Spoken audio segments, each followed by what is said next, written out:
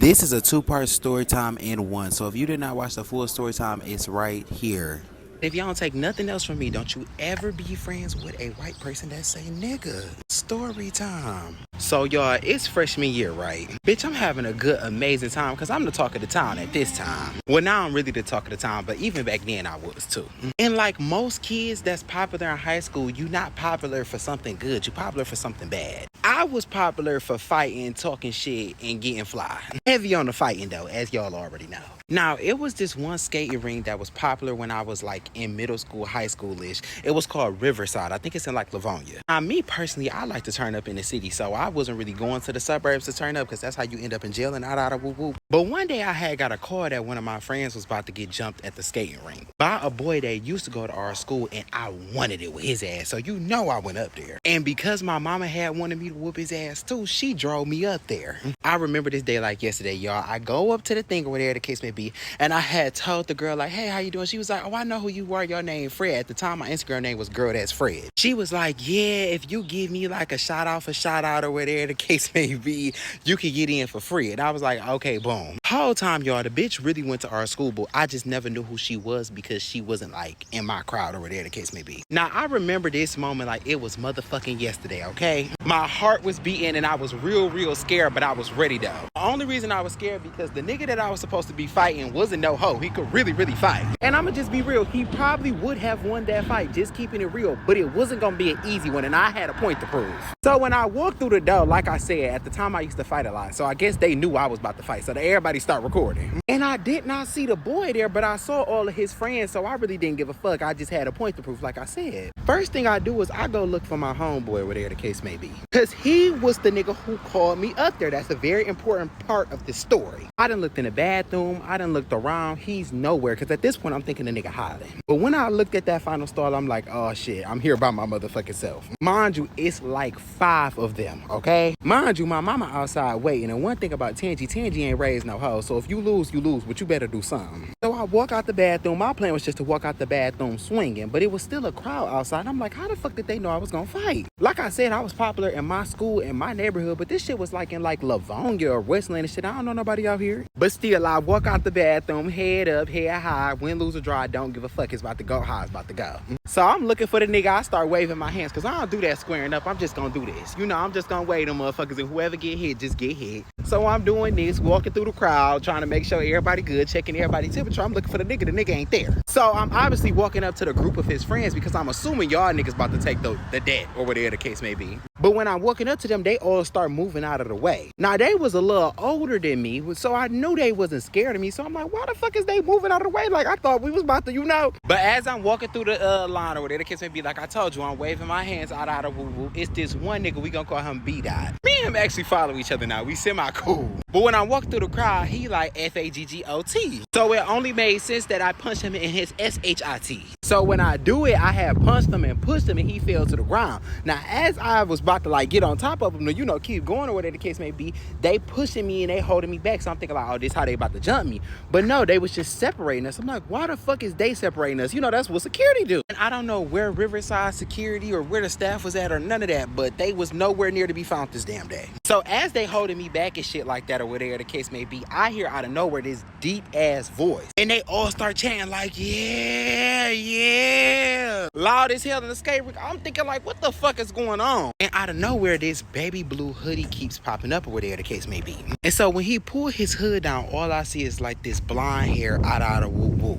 And I knew it was the boy I was beefing with because at the time he was a real light boy and he used to have like a blonde, kind of like a sandy dust hair. But at this time, I'm damn near about to shit on myself because it's 5 of them, they all holding me down and this nigga just come out of the blue. And behind him is this tall, buff, Mexican looking nigga. The best way I can describe him is if y'all have ever watched On My Block, I don't know if y'all remember that show from when we was kids, and Caesar brother, that is who that nigga looked like. This nigga just looked like he done seen some shit before. And on top of that too, he was way older than us because at the time I was what, like 14? He was like 28 or some shit. So now I'm genuinely scared because I'm like, I don't know where this about to go, whatever the case may be. It turns out that girl that I told y'all let me in for free, that was his sister. And so while all of this is going on or whatever the case may be, like I said, they holding me down or whatever the case may be. And at this point, I'm screaming. The whole skating rink is like emptying out of shit. Now, the boy that was behind the nigga who I was about to hit with at the time or whatever the case may be was with some other niggas. And they was basically telling kids to like get the fuck out or whatever the case may be. So while all they saying that, they like, yeah, you about to earn your stripes to the other nigga. And I'm thinking like, oh, I'm not about to be the stripe. They holding me down. I get the fighting, kicking out of whoop whoop. And I guess my mama see all of these kids leaving the skating rink, so she come in there. Now, I don't know this to be true, but I heard this from my mama and somebody else told me this. But why I guess she was kind of go there, I guess the boy's sister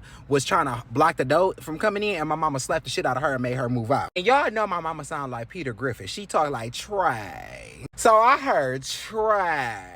When I heard that, I felt a sense of motherfucking relief, okay? When she made eye contact with me and she figured out what was going on, baby, she dropped her motherfucking purse and pulled out a pink gun. Now, my mama has always had a bunch of guns and shit growing up, but this time she had a full-blown pink gun, and it looked like a motherfucking, like, not a toy to me, but it looked like it could be a toy gun, but it was a big gun. So she pulled out her motherfucking gun, she look around, she like, let my motherfucking baby go out of whoop whoop. So they all start fast as hell, start trying to let me go. They all start moving, getting the fuck out of whatever the case may be. So the boy with the baby blue hoodie on and shit like that was like, no, I still want it with you, like this, that, and that, I still want to hit with you out of woo woo. So the nigga that came behind him, the Mexican nigga, gonna look at him and say, nigga, is you sure? Because by this time it was only them there, right? No, my mama was like, no, you can fight him over there the case may be, because one thing about my mama was gonna let me fight now. I don't know if it was the gun that intimidated his ass, or maybe I was just had so much adrenaline going through me, I dog walked his motherfucking ass. Outside of that skating rink, I beat the shit out of that boy so motherfucking bad, I still to this day think he won't even say nothing crazy to me. Do you hear me? Beat his motherfucking ass. But while I'm fighting him or whatever the case may be, this one boy come out of the blue and beat the shit out of the Mexican nigga he with. Soon as he hit the Mexican nigga, the nigga fall, then he start jumping on top of him. Mop. And this nigga had just been a nigga in the neighborhood that I had knew, but his name was A Money. A Money was a real getting money nigga, whatever the case may be, but he grew up spoiled. You already know how the story go. Your daddy a hustler, you get older, you become a hustler. And he had just became a senior at this time, whatever the case may be, so me and him really hadn't seen each other in a minute. But even just as a kid, just growing up in the city, growing up in the neighborhood, I always seen him. We ate at the same places, been at the same places, sometimes fuck with the same people. And he just always showed me love, always gave me game. Just was like that nigga in the neighborhood that everybody just fucked with or whatever the case may be. Now, after that whole little motherfucking fight happened, the police come out of fucking nowhere. It's like 3 police cars, whatever the case may be. My mama put me in a motherfucking car, she get in a car, and we literally pulled off, y'all, and they chased us until we got to Detroit. All I can remember is feeling my motherfucking heart going like doom, doom, doom, doom, doom, doom, doom, doom, doom. I think it was matching the C Murder my mom was playing. Y'all know my mama be playing that dun dun dun dun dun dun dun dun. My heart was like dun dun dun dun dun dun dun dun. My mama had this real fucked up wig on, her wig sliding off and shit like that. The car sliding off at the time. My mama had a Cadillac. Well, she still got a Cadillac, but it was an older Cadillac at that time. She had a Cadillac. She whipping that motherfucker through traffic. It is sirens behind us. People is literally texting us because we went through my neighborhood. They like, why the fuck y'all mama running from the police? Like, it was just crazy. So we had end up pulling up in Brightmo, whatever the case may be, where one of my childhood friends stayed at, but he was more like a family friend. And my mama had let me go over his house that night. And at this time, everybody used to be on Snapchat, and my Snapchat was going off like a motherfucker to little notifications. And I was happy because I thought it was a video of the fight, because I never had a video of me fighting before. But it was not. It was just people telling me like, oh, I heard this happen. You know, trying to get some tea for school the next week. But in those notifications was my nigga A Money. He like, hey, bro, let's chill. Let's go smoke tomorrow out of woo woo. So I told him like, all right, babe. He ended up picking me up from that house that next day. And literally for the rest of that summer, me and that nigga was like this. Do you hear me? Together every day. We chilling. If I'm not with him or my homeboy, I think at the time I was real close with a nigga named, I ain't gonna say his name, but I was cool with him. If I wasn't at their house, I was probably at the crib. We with each other every day, back to back to back to back to back. And you know when you become cool with somebody, you start meeting their family, their friends, their partners in their hoes. And he ain't just have any type of hoe now. He had a big booty bitch from the projects. And she loved to shake her ass for a profit. I'm not attracted to white women, but this white woman was a bad bitch. Do you hear me? I'm talking about she had an ass so big like the sun. I gotta take the glasses off to envision that motherfucker, boy, I tell you. And in this story time, we gonna call her Daisy. Now, because we running out of time on here and I gotta finish the full story, I really need y'all to click the link in my bio and go to my YouTube channel. This is going to be called Daisy's Promise on my YouTube channel right now. Go watch it because it's out now if you watching this. Thank y'all so much. Love y'all. Appreciate y'all. Care about y'all. Have a good one. Baby girl. What is up, everybody? Welcome back to my channel. If you are new here, my name is Trey Jerome. On this channel, we talk everything social, political commentary, and of course, story times. And today, I'm smacking y'all dead in the face with a new story time with a new background. Tell me how y'all like it, y'all. I know y'all are very vocal in the comments.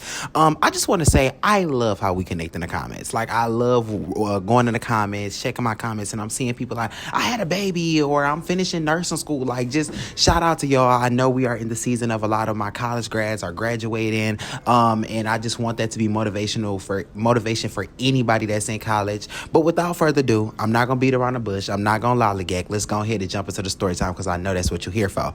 But before I do that, we are almost at 10,000 subs, okay? If you watch the rest of my vlogs and whatnot, I told y'all by the end of April, I want 10,000 subs. So please, please, please give me that. I beg of you, okay? Now, let's just go ahead and get into this. So, like I already told y'all, A-Money was a get money nigga. He was from the city. He was from Detroit or whatever the case may be. But his people in them was from Inkster or whatever the case may be. And they used to get a lot of money out there. Now, a lot of y'all are not from Michigan that's watching this. But Inkster is kind of an environment that I would consider is more diverse. But I will say this. Inkster has a very, very a large population full of white people that are ghetto as fuck, like very raunchy. Southwest does as well, you know what I'm saying?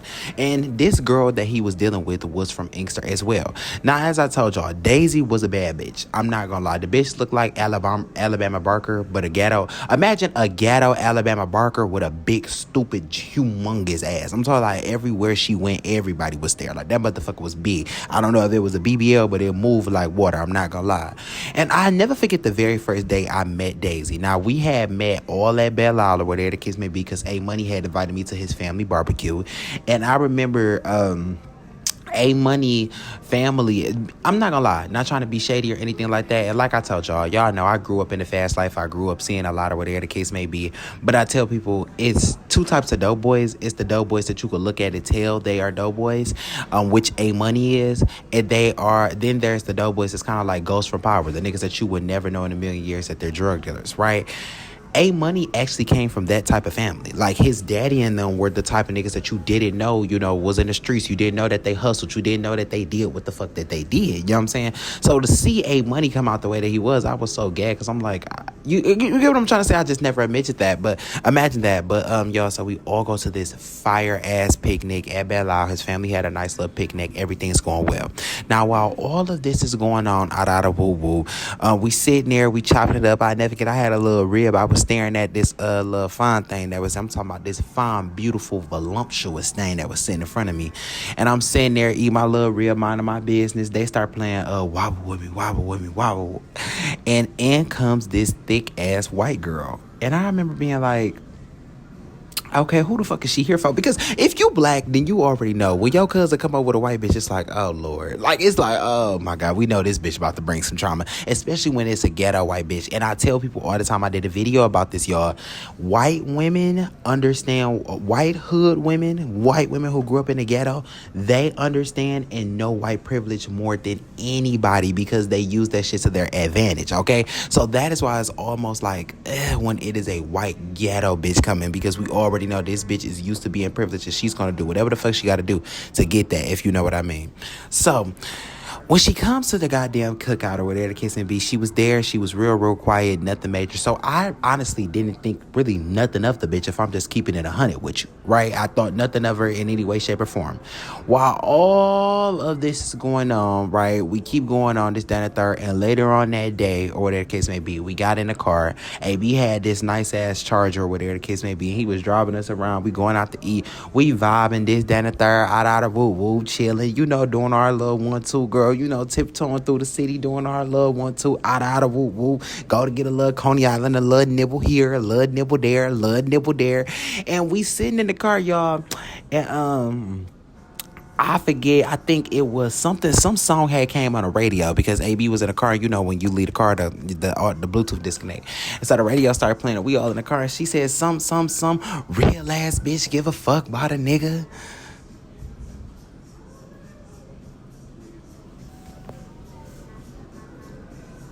Bitch, did you just lost your motherfucking mind? Are you slow, ho? This bitch said, real ass bitch, give a fuck about a nigga. And whenever white people say nigga, y'all, it's always that moment that they pause. It's like, nigga. So I looked. I looked at her, she looked at me, we looked at each other because I had to make sure I was recognizing what this pussy asshole just said. That hoe said, real ass bitch, give a fuck about a nigga. You a real ass bitch that gave a fuck about a who? A what? Bitch, I had to stay around. Now, let me give y'all a little background about me because I'm pretty sure y'all can tell this about me by my content. I'm very pro-black, okay? I'm for us, okay? Okay? You say I'm feisty, but okay, I'm sorry. Let me not. I'm sorry, y'all. That's like stuck in my head. I'm sorry. okay, whatever. But boom. So while all of this is going on or whatever the case may be, I just stopped because I'm gagged that she just said that loud. And then she stopped. And so when she did that, I reached up there. I'm like, excuse me, like, hey, baby, like, we don't do that over here or whatever the case may be. Now, like I told y'all, I grew up in the same neighborhood as A Money or whatever the case may be, and we grew up around the same type of people. I know A Money's mom, okay? A Money's grandmama was a goddamn Black Panther.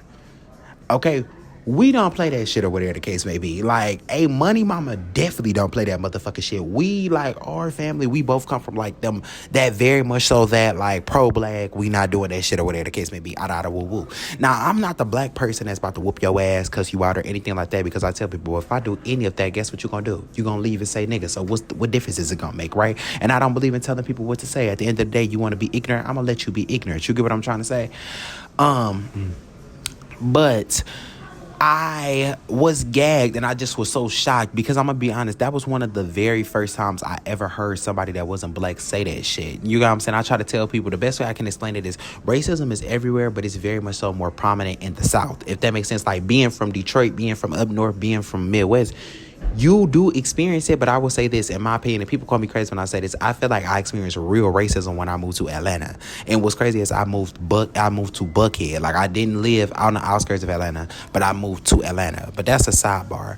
So while all of this is going on or whatever the case may be, I turn the radio down and I'm like, baby, like, well, you know, we don't say that or whatever the case may be. She like, oh, well, my friends let me say it and I ain't taking no type of way and I don't mean it as no disrespect, but I'm going to say what I want to say. Woo, woo.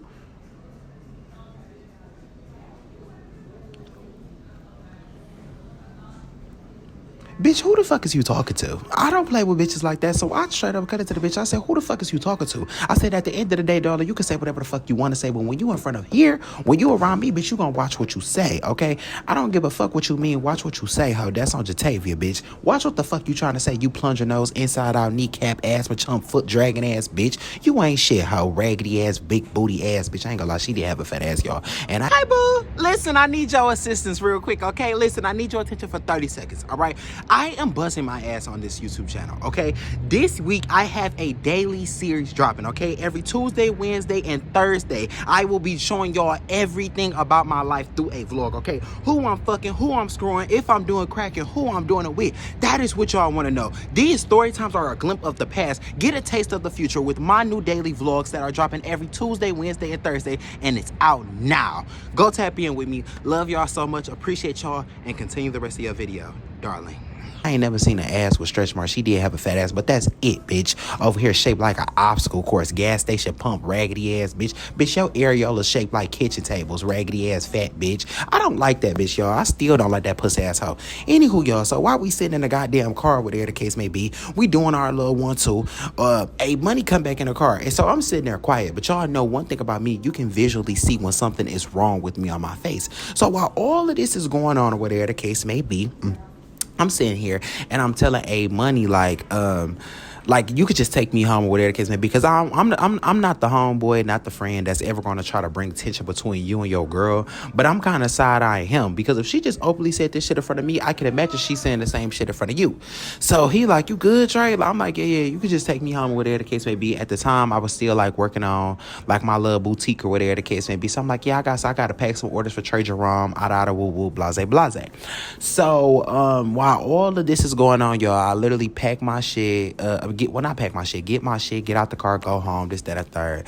The next morning, he FaceTiming. He like, you good? I'm like, yeah.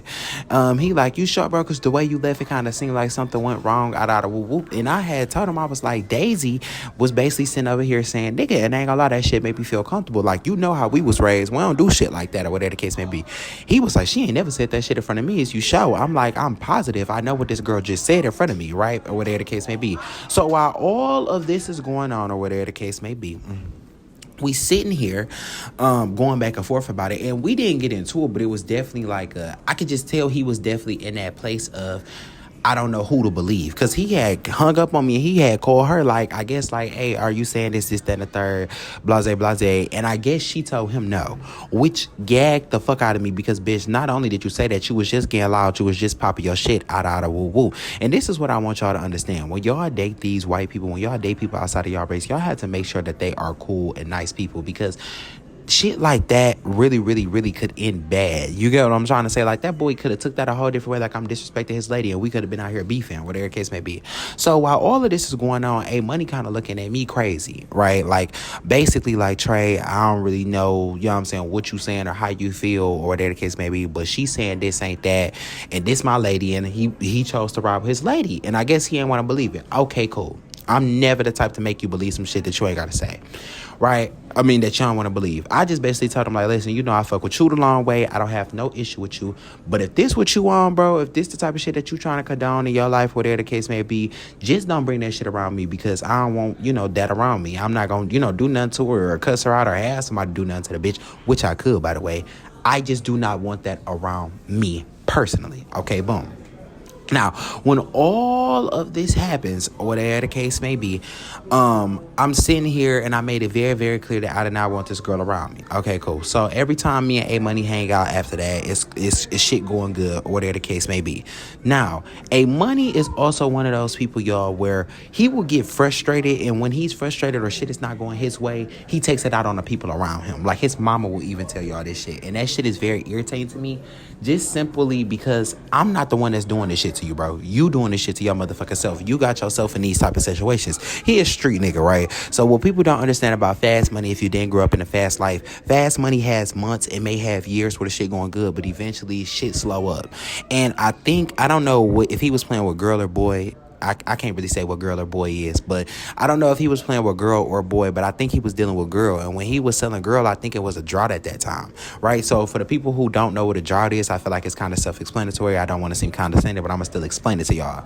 A drought is kind of like when you have a product that is not necessarily available or it's not a supply for what's in demand, if that makes sense. Put it like that. And so for what he was selling and what he was dealing with, or where the case may be, it was a drought. It was nothing there. And you know, when it's a drought, a hustler either you got to find another option, or you gonna have to find a new plug or somebody who got it, because somebody got it near you. You just gonna have to deal with that. And so at this time, or whatever the case may be, he was dealing with the same people as his family was dealing with, and his daddy was telling him like, hey, you know, just stick to what's going on, or whatever the case may be. I don't want you out here dealing with new people. You know what I'm saying? But I guess he had somebody like $30,000, and he had to get that ish back, or he was gonna pop out. But his daddy had offered to loan him, and he didn't want to take the money from his daddy. So when he telling me this, I'm like, listen, your daddy been in the streets a long time. They know how this shit go. If I was you, I would just go ahead and listen to your daddy, get the product gone, or whatever the case may be. Do not sit up there and get to messing with new people. Everybody I know that got locked up, everybody I know that get, you know, messed up, or whatever the case may be, it starts off with a new person. You know what I'm saying? I don't know if that's just me, but that's just how it always is. So I'm telling them, I'm like, bro, I want you to be very, very careful when you out here in these streets. You know, these streets don't love nobody. And I tell people, I love my city. I really, really do. Look at my city. It's beautiful. You can tell by the background. I love my city. I feel like we made so much progress, but we from Detroit. Let's not forget. I tell everybody, when you come here, before you move here, this is a city that will blow your motherfucking heads off like this, okay? Detroit is not nothing to be played with. It is not nothing to, you know, I don't know. I'm not trying to, you know, I know a lot of people like to have hard offs when it comes to city. My city harder than yours, out of woo woo. When it comes to Detroit, we was damn near, I think we was number one in homicide for what, 3 decades. Like, Detroit is not no, it ain't no city where just anything about to fly, if that makes sense. Detroit is a city where you will die. So I'm trying to tell them, like, listen, you know what I'm saying, if you really need this money, your daddy saying you gonna give her the money, just go ahead and listen to your daddy. I guess at the time, him and his daddy was having some type of issues, right? They was going back and forth. They had problem after problem after problem after problem, and he did not want to get the money from his daddy. So he started dealing with this known, I'm not going to say known, unknown, actually, plug. Now, I actually have a story time about the plug brother, y'all, because the plug brother is DL. It is so messy, and let me know if y'all want that. If y'all want that story time in the comments, I will drop that, because I have a story time about this. It's just so messy. Anywho, but so he ended up start dealing with this plug. I ain't never heard of the nigga. Nobody never heard of the nigga, whatever the case may be. Now, this time, nobody not knowing who he was in the streets wasn't really a red flag, because, you know, we black. You know what I'm saying? Black drug dealers typically deal with black drug dealers. But this plug was a Latin drug dealer. And for anybody who didn't grow up in the fast life, anybody who didn't grow up in the streets, Latins handle drugs in the streets way different than black people, right? Black people, white people, more so, I'ma kill you. Latins will kill your whole family. You know what I'm saying? And the niggas that he was dealing with was some Chicago Latin niggas, which I told him I felt was stupid to begin with, because what people do not understand is different cities operate differently, right? Detroit, we have money groups here, right? So we may have a group over here that's known for getting money, known for, you know, doing this, that, and the third, being flashy with their jewelry, out of woo woo, blase, blase, right? However, in Chicago, they operate, gang culture is very prominent in Chicago. It has a strong presence, meaning you may be dealing with a nigga that's beefing with a GD and you affiliated with them and you don't even know where GDs be, where they at, who these niggas are, who they looking for. You get what I'm trying to say? And yeah, it's the same concept as like a money group, or, you know, hanging with a certain niggas who got beef that with a certain niggas, but you really don't know how this shit operate. And plus, we all from Detroit. We don't know shit about Chicago for real. I love Chicago. So I go there all the time, but I don't know nothing about that shit. I don't know what them niggas do. I don't know where they live. I don't know where they be at. You get what I'm trying to say? I don't know. So while all of this is going on, bro, I'm basically trying to tell the nigga being hard-headed. So he ended up dealing with this little Mexican plug, whatever the case may be. And basically he had got a new route, right? A route to where he had to traffic. So he would traffic, from what he told me, he would go from Detroit to West Virginia. But I know to get from Detroit, and don't ask how I know this, but I know to get from Detroit to West Virginia, I think you got to go through Ohio, or whatever the case may be, which I told him I just felt like was a dumbass play, or whatever the case may be. Why? The route that he had, y'all, I'm not gonna say what was his route, but I'm gonna just say this: it was literally 2 hours from Detroit, right? He was about to be driving, I think, anywhere from 4 to 5 hours to Detroit, and you got to go through Ohio. Now, if you're not from the Midwest, and you probably do not know this, Ohio is incredibly racist. Okay, it has always been racist, and it has a bias. If you are a black person driving in Ohio, I don't give a fuck if you in a luxury car or a regular car, especially when it goes to certain routes, because it's known for drug trafficking too. You're a target. You know what I'm saying? Like, literally. I mean, I remember going to Ohio, Cedar Point, with my with my girlfriend at the time and her baby brother, or whatever the case may be, and we all went there, and they literally like searched the fucking diaper bags, searched us, like made us take our shoes off, and I was like, I had to be like, what, 14? I probably was younger than that, like maybe like, because I was in middle school, I was in Pierce, I think I was in like 6th grade, like I remember that. So Ohio is basically a hot, and the route that he got was definitely hot, and I knew because at the time I was dealing with somebody with that same route. So he was basically like, I'ma still go, I'ma do what I gotta do, you know, out of woo. Took it. The first time he hit the road, y'all, he came back with 40K. How am I supposed to tell the nigga to chill out and do this, then the third, when he get money? So this specific day, he called me up in the morning. He's like, Trey, I'm really thinking about taking this new route, or whatever the case may be. Do you want to hit the road with me? Why the fuck would I want to hit the road with you? You get what I'm trying to say?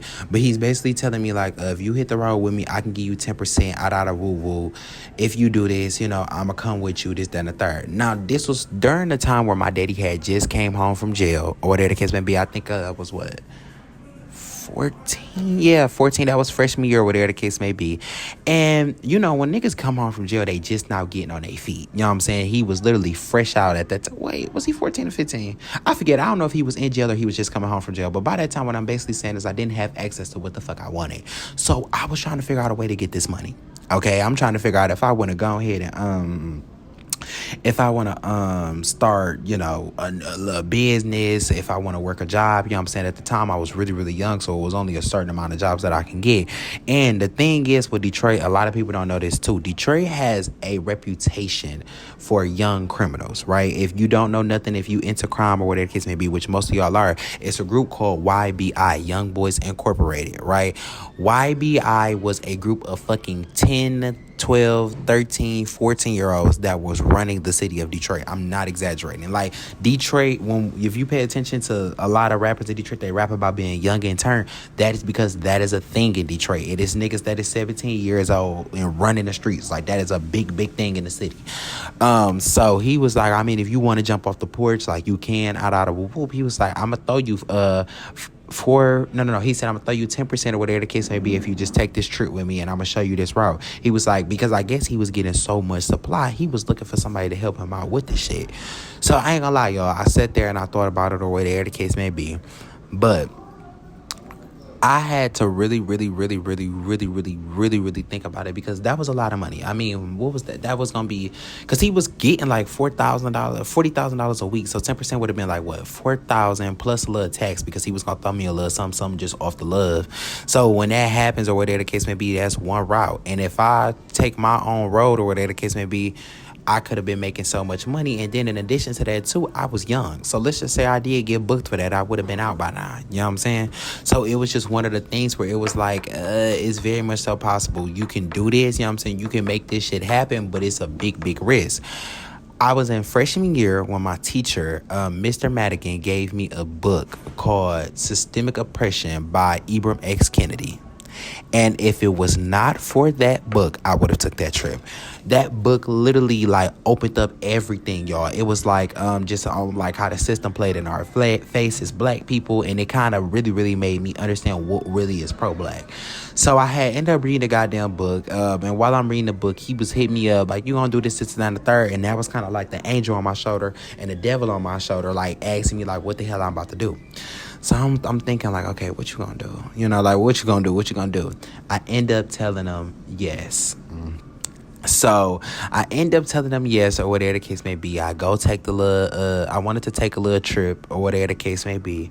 So I met him at the little warehouse, or whatever the case may be, y'all. And while I'm walking in the warehouse, or whatever the case may be, I see everything. I see how they putting this shit, how they packaging shit, how they concealing shit, this, then the third. I see the boy, you know what I'm saying, the plug, or whatever the case may be.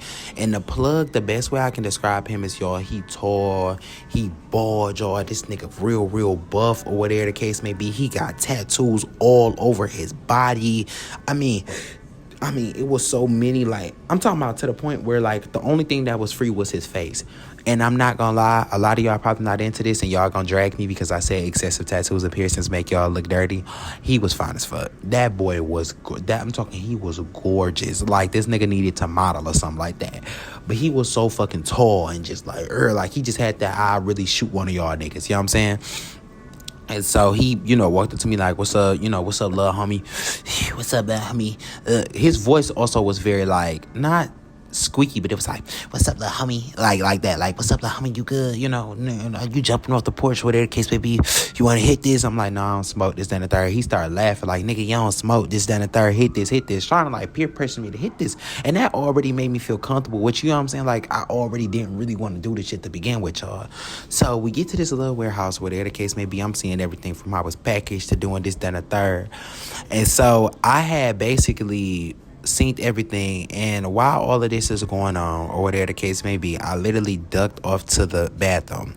And one thing I truly believe in, and I tell people this all the time, you can always get a sign. You know what I'm saying? You can always get a sign. Pay attention to the signs. And I just told myself, I said, if one more thing flake up, I'm not doing this shit, right?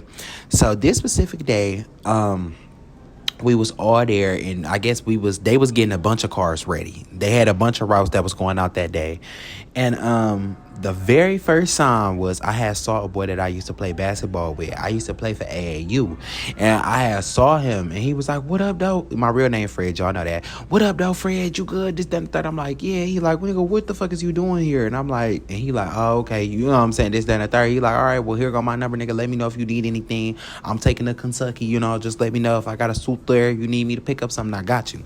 So while I'm sitting there, whatever the case may be, the nigga, we gonna call it the plug Hector, whatever the case may be, he basically telling me everything. Nigga, don't snitch, you died, this the rules, this, that, and the third, out of woo-woo.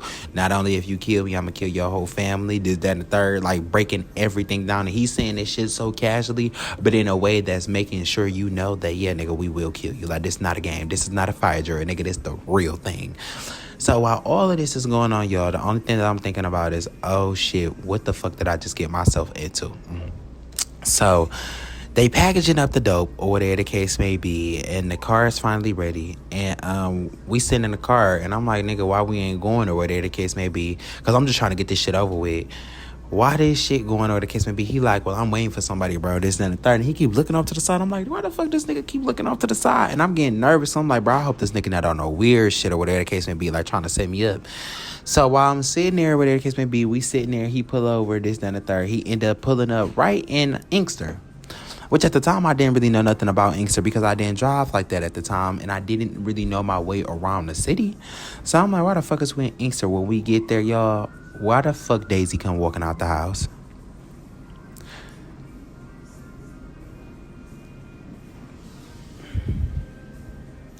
Cause I'm just trying to figure out who the fuck do this nigga think he playing with? Like, stop playing with me. I already told you one. First off, this is my first time about to do some shit like this. I already told you I don't want to do this. I don't feel comfortable doing this. This shit is scary as hell. I'm nervous, right? And then you go around and bring a motherfucker that I told you don't bring around me. I don't trust and I don't feel like she good for you or me. And you gonna do this, that, and the third. So basically, he like, bro, chill out, this, that, and the third. You always on that weird shit, this, that, and the third. You trying to be mean, like start cussing me out. So at this point, me and this nigga getting into it while she walking up to the car. She get to the car, everything get quiet. You know how that shit go.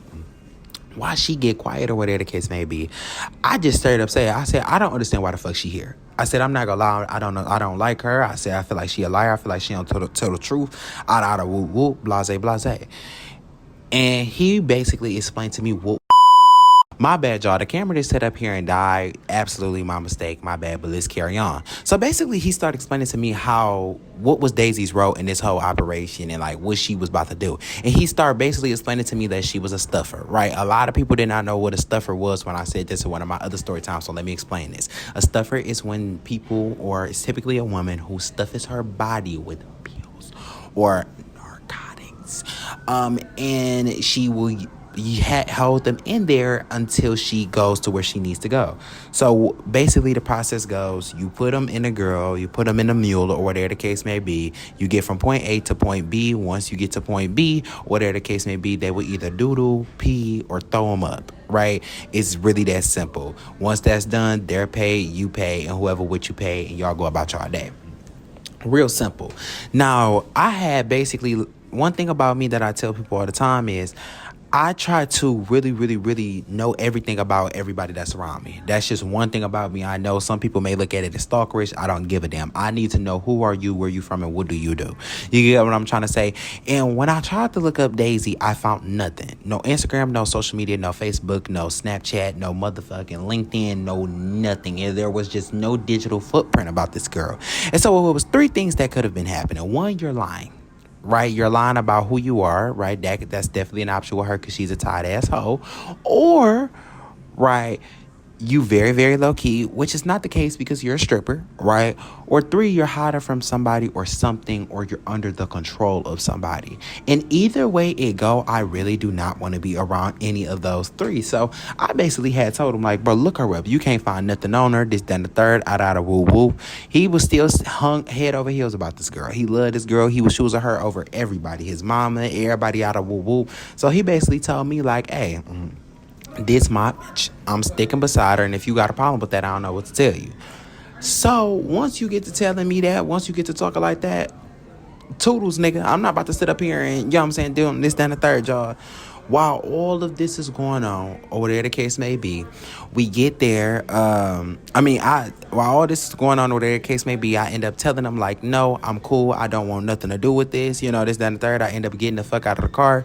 I didn't get the fuck out of the car. He ended up putting me out of the car, hoeing me, calling me out my name, calling me FAGGOTs, doing this, that, and the third. So I had ended up calling my granddad to pick me up. My granddad picked me up, took me back to his house in Brightmore. And when he picked me up, or whatever the case may be, was riding around, or whatever the case may be, stopped, got something to eat, went to bed. I was over his house for 2 days. And the next day, I went to this store called Surveyors. Now, if you from Detroit, you from the west side, especially from that Plymouth, Brightmore area, you know Surveyors. Now, Surveyors got this little cheese bread that I like. So I go in there, I get my little cheese bread, this, that, and the third. And my homeboy walk up to me, and he like, hey, Trey. I'm like, what? He like, have you heard from A-Money? And I'm like, no, I ain't heard from this, that, and the third. He like, I ain't been able to get in contact with that nigga, this, that, and the third. Now, my heart stopped when he said that, because what you mean you haven't been able to get in contact with this nigga? Because if you haven't been able to get in contact with him, and the last person he was seen with was me, right? Because he was with Daisy when he left. So I'm like, well, have you talked to him? Have you called, Hector and them, or whatever the case may be? He like, no. I'm like, all right, hold on. Here got my number. Let me figure something out. So I get to calling everybody I know. You talk to him? No. I'm like, y'all ain't talked to this nigga in 2 days, and he just hit the road. So I end up calling his mama, and I'm like, have you talked to A-Money? And she like, no, I haven't talked to him, this, that, and the third. I've been calling him, though. He ain't been answering. Is everything good, y'all? All right? I'm like, no, I haven't talked to him. You know what I'm saying? I haven't seen him nowhere. I haven't, been nowhere with him. Like, do you know where I can find him? So she like, I don't know. You know what I'm saying? Let me do some digging. Some just tell me it was like, look him up. Like, see if he, got caught up on the road. I did that. He did get caught on the road. So once I had caught up to the jail and shit like that, I had to call up to the jail, and whatever county he was in, they had it set up to where you had to pay them in the county. Now, they typically get a free phone call, but he didn't get no phone call. I don't know what the fuck the jail was doing. So while all of this is going on, whatever their case may be, I'm telling them, I end up getting in contact with him, and I told him, like, nigga, what the fuck happened? He like, bro, you was right. That bitch Daisy a snitch. That bitch a liar. This, that, and the third. I need you to go get this money from my mama house. You can have the rest. I woo woo. Blase, blase, boom. And just basically just telling me like what to do. Y'all, I took the money to his mama.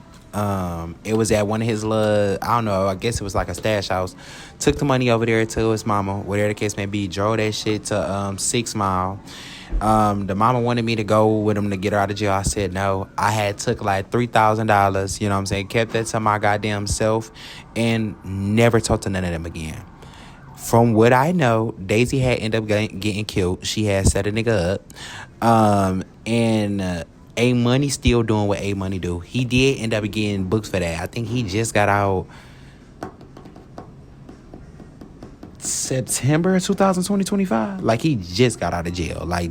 But I'm still here. I actually saw him recently. I was coming out of Coney Island, and he looked fine. Like, looked the same kind of, still dressed up, still got jewelry, still doing his thing, whatever the case may be.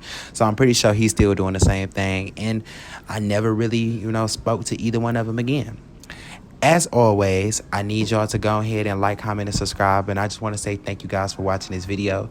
It really does mean a lot to me. I don't really like that ending. So let me just say this. That brings us to an end of this video. You know what I'm saying? But genuinely, though, I really, really want you guys to know that I really appreciate you guys watching. I appreciate you guys subscribing. It really means a lot to me. Thank you guys. I appreciate you guys. Love you guys. Have a blessed day.